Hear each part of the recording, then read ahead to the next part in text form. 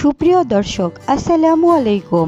আজকে আমি আপনাদের সাথে শেয়ার করব স্বাদ মনে রাখার মতো ভীষণ মজার একটি বিকেলের নাস্তা। সিদ্ধ আলু আর সিদ্ধ ডিমের সাথে অল্প কিছু উপকরণ দিয়ে মুচমুচে মজাদার নাস্তাটি তৈরি করে দেখাবো।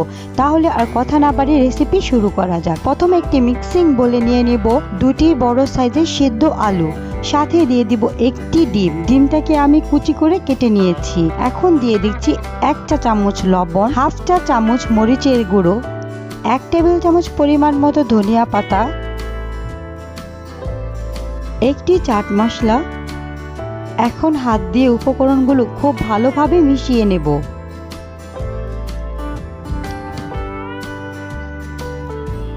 উপকরণগুলো মেশানো হয়ে গেলে এই পর্যায়ে এর মধ্যে দিয়ে দেব 2 টেবিল চামচ কর্নফ্লাওয়ার।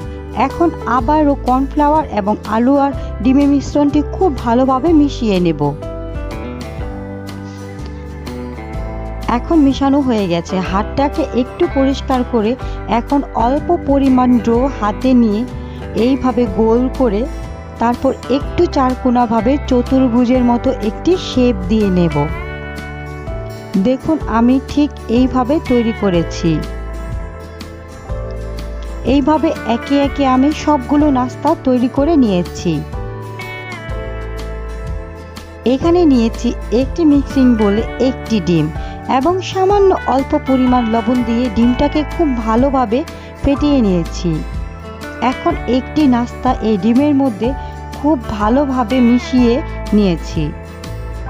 এখন দিয়ে দিচ্ছি ব্রেড গামের উপর। এখন অল্প অল্প পরিমাণ ব্রেড গাম নাস্তার উপর দিয়ে হাত দিয়ে খুব ভালোভাবে চেপে চেপে কোট করে নিতে হবে।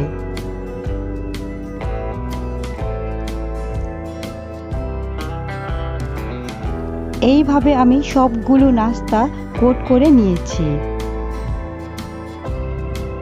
এখন আমি নাস্তাগুলো ভাজতে চুলায় চলে যাব। চুলায় প্যানে আমি আগে থেকেই তেল গরম করে রেখেছি। একে একে আমি নাস্তাগুলো দিয়ে দিচ্ছি। 2-1 মিনিট ভাজার পর নাস্তাগুলোকে উল্টে দেব। উল্টে আমি আরও 2-1 মিনিট ভেজে নেব। এইভাবে উল্টে পাল্টে আমি গোল্ডেন ব্রাউন কালার করে ভেজে নেব। এই পর্যায়ে আমার নাস্তাগুলো ভাজা শেষ। এখন আমি একে একে সবগুলো নাস্তা উঠিয়ে নেব। এই নাস্তাগুলো ভাজার অনেকটা সময় ধরে খুবই মচমুচে থাকে।